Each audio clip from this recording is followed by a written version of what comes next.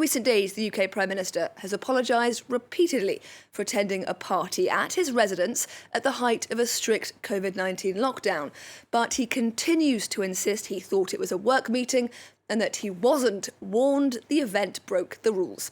Well, for more, let's cross now to London to speak with our correspondent, Bénédicte Paviot.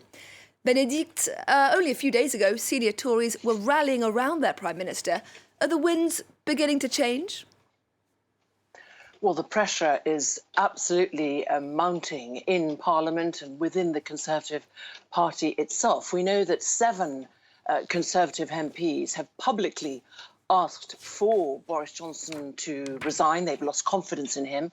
And the magic number that everybody is looking at is 54, because that is the number of MPs who will need to send letters to a very powerful, it's called the 1922 Tory committee, and that would trigger then a vote of no confidence in the Prime Minister. So we don't know, we have no idea. There is huge speculation, rumours, and it will be very grim reading this morning for the Prime Minister to look at this morning's newspapers, where it's about really his last chance. And of course, what we're all going to be looking at midday London time is the fact that the Prime Minister will be facing not just the opposition, and a week ago, remember that the Labour leader, Sir Keir Starmer, for the first time, face-to-face called for Boris Johnson's resignation, but also Boris Johnson will be looking behind him at his own party and wondering how many MPs, including particularly we're looking at the new intake in 2019 of MPs in that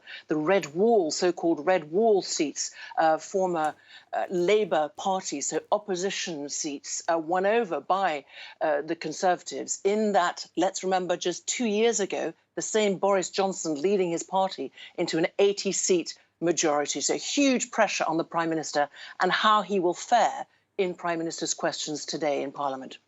And Bénédicte, just how quickly could this possible leadership challenge be mounted? Very quickly. It's that 54 number that we will only find out about if and when that happens by Sir Graham Brady, who is the head of that powerful parliamentary committee. It has to be said that the anger across the United Kingdom, the mailbags, the phone calls, the text messages of MPs who yet again have been in their constituencies over the weekend and if you look at the poll ratings slipping, the Labour Party that is 10, 11-point lead, the private polling, the public polling of the Prime Minister himself, he has gone from being, it would seem, very much an electoral asset to a liability. So it is very difficult and, in fact, impossible, despite the rumours and possibly certain people's temptation, to predict a timetable. But certainly, all eyes on Prime Minister's questions at midday London time. And it is said that depending on how the Prime Minister does during that session and answers questions from the opposition and from his own party, possibly there will be many more letters that will be submitted. So big question marks on the future of the Prime Minister. It looks like a question of when, not if, he will go. Bénédicte Paviot in London, thank you very much.